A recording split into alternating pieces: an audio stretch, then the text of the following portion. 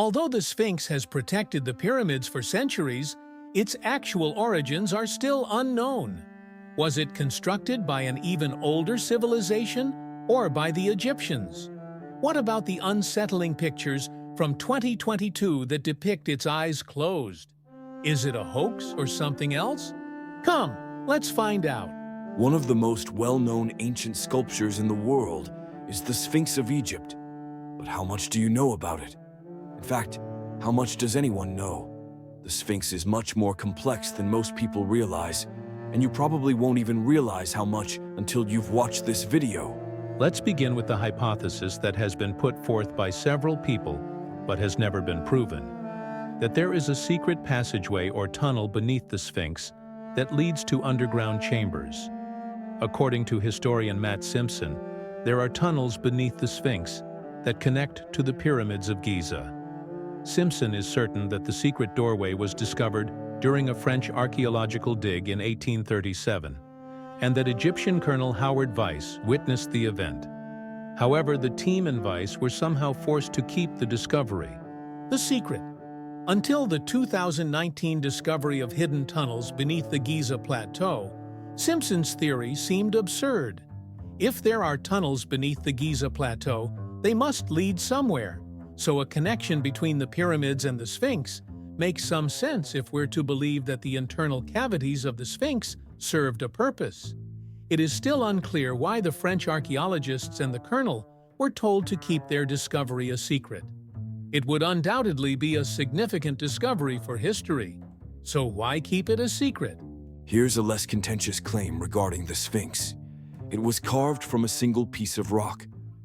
The sculpture appears too big to be true, but it is. Hundreds of workers likely chipped away at the limestone until it was reduced to the 240-foot-long by 66-foot-tall shape that we know today. However, that isn't entirely accurate because the current Sphinx has been repaired and partially restored using limestone blocks, so its original shape would have been very slightly different. The idea of the ancient Egyptians working with only simple hand tools all those years ago is astounding. We don't even know the name of the designer who oversaw the process. In contrast to many other large sculptures and structures in Egypt, the Sphinx lacks any inscriptions to identify the people who made it, so it's no wonder that some people think it was created by aliens.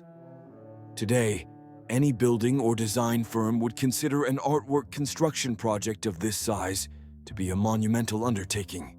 With our upcoming state, we're once more in contra-control territory.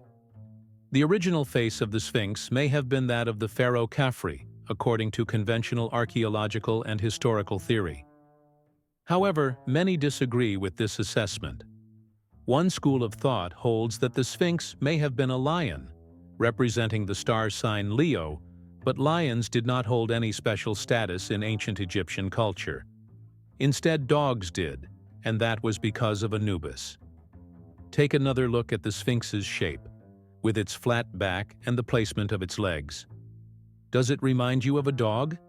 Another thing to think about is that Anubis was thought to be the necropolis protector.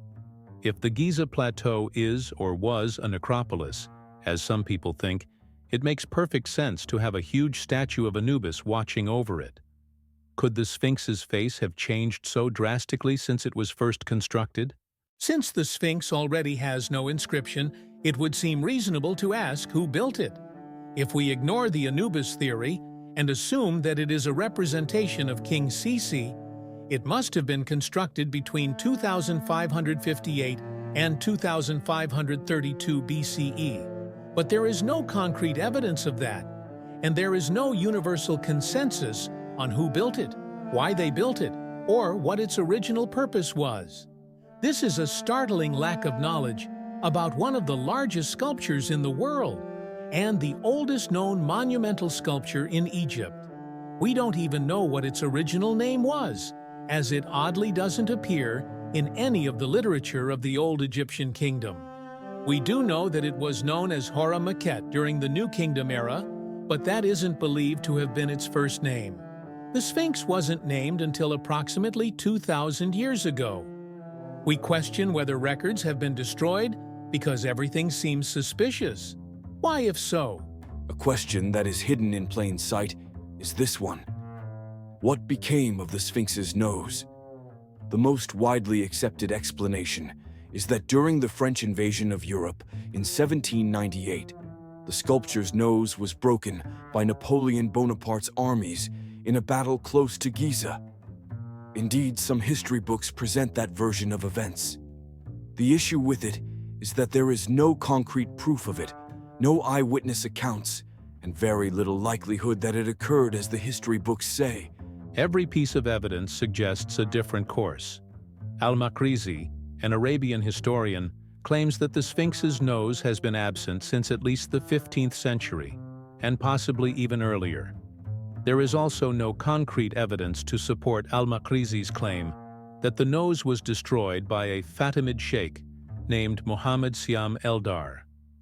In order to conceal the fact that the original nose had a classically African appearance and would have demonstrated that the ancient Egyptians were black, the most contentious theory holds that the nose was purposefully broken by Europeans when they first arrived in Europe. Let's take this one step further. Another theory is that water erosion removed the Sphinx's nose. However, there is another issue there. There is mounting evidence that the Sphinx is even older than we currently think it is by examining the impact of water erosion on it. Geologist Robert Schoch claims that the erosion visible on the Sphinx's sides could only have happened over thousands of years and requires consistent rainfall. Schoch estimates that the erosion damage is more likely to be 12,000 years old because this region of Egypt hasn't experienced consistent regular rainfall for over 7,000 years.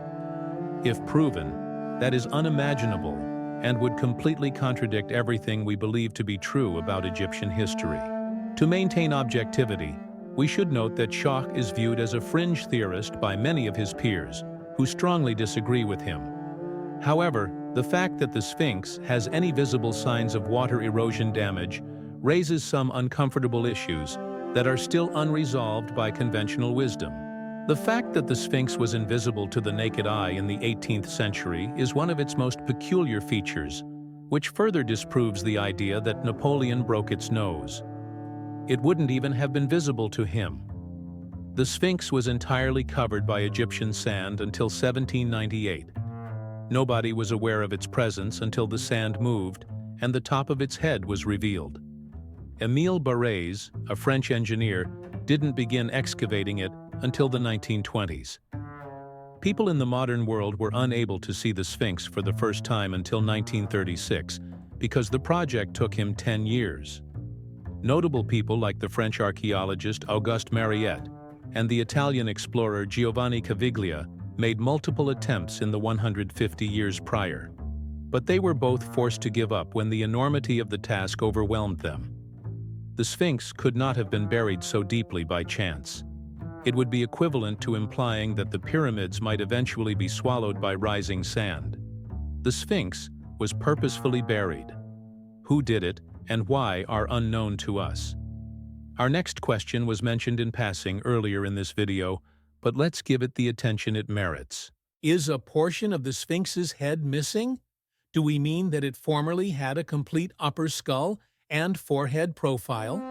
Or did it once have a beard on its chin, as some people think? The Sphinx's nose is severely damaged, but let's face it, the rest of the face isn't in the best of shape either.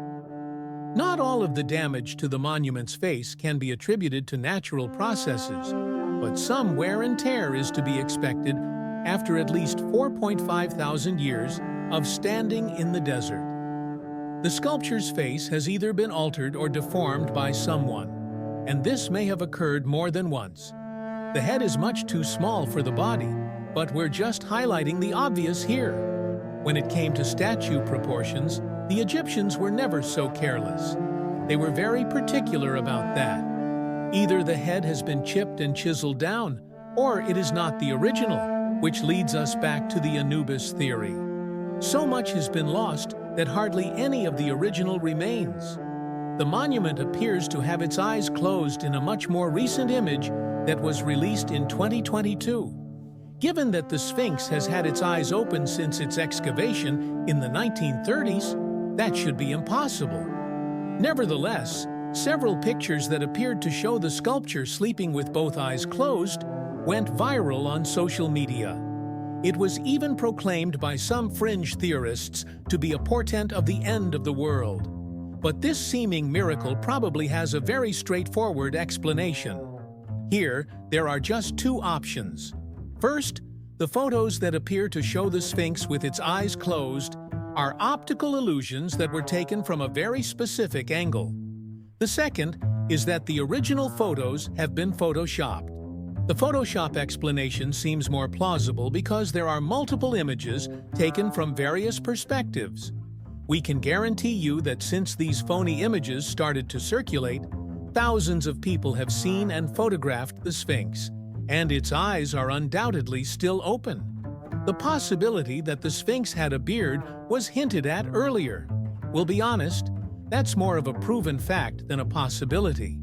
A sizable portion of the Sphinx's beard is in the British Museum's collection, so we know it to be true. In all honesty, it is one of many ancient Egyptian artifacts in the British Museum that shouldn't be there. According to the official version of events, the Sphinx's broken beard was discovered in fragments between its front paws in the 19th century. Since the Sphinx's front paws were covered in sand until the 1930s, we already know that can't be the case. However, it has been proposed that Caviglia abandon the plan to excavate the remainder of the sculpture after reaching as far as the paws. The Sphinx's recent history is as riddled with flaws as its ancient history, which is both frustrating and unexpected. However, the beard is authentic, and an effort is underway in Egypt to reunite all the parts and reattach it to the chin of the monument. What is the main lesson here, then? What is the most significant aspect of the Sphinx that we now know that we were unaware of before? Maybe it's the realization that we don't know the exact age of the Sphinx, but we have a general impression that it's older than the pyramids it guards, and might even be thousands of years older than them. It may already have been old when Khafra was born, or it may have been constructed for him sometime around 2600 BCE. If we start discussing an age of 9,000 years or more, we would have to rule out the possibility that the limestone was constructed by the ancient Egyptians at all, or at least not by them as we know them today, despite the dubious effects of erosion. It must have been a highly developed civilization that existed before the Egyptians and possibly served as the model for their own culture. As many fringe theorists like to say about the Egyptians, that is not the same as us claiming that aliens were involved. However, it raises the question of who inhabited the area before them. What the Sphinx was carved for, and why is perhaps the greater mystery. All of us have seen images of this famous monument throughout our lives, but how many of us have ever paused to consider its purpose? Even by the standards of Egyptian pharaohs, it appears extremely conceited if it is indeed a representation of Khafra. This kind of construction would have established a precedent, so why didn't Khafra's successors construct their own Sphinx? However, why was it ever altered if it was originally intended to be a massive sculpture of Anubis? What causes the head to be so much smaller than the body? And what became of the first head? Why aren't its origins documented in writing? When it was new, what was its name? Was it an imposingly large sculpture that served as a tribute to the might and influence of a single pharaoh at a specific moment in time? Or did it serve a higher purpose? We don't know the answers to these questions.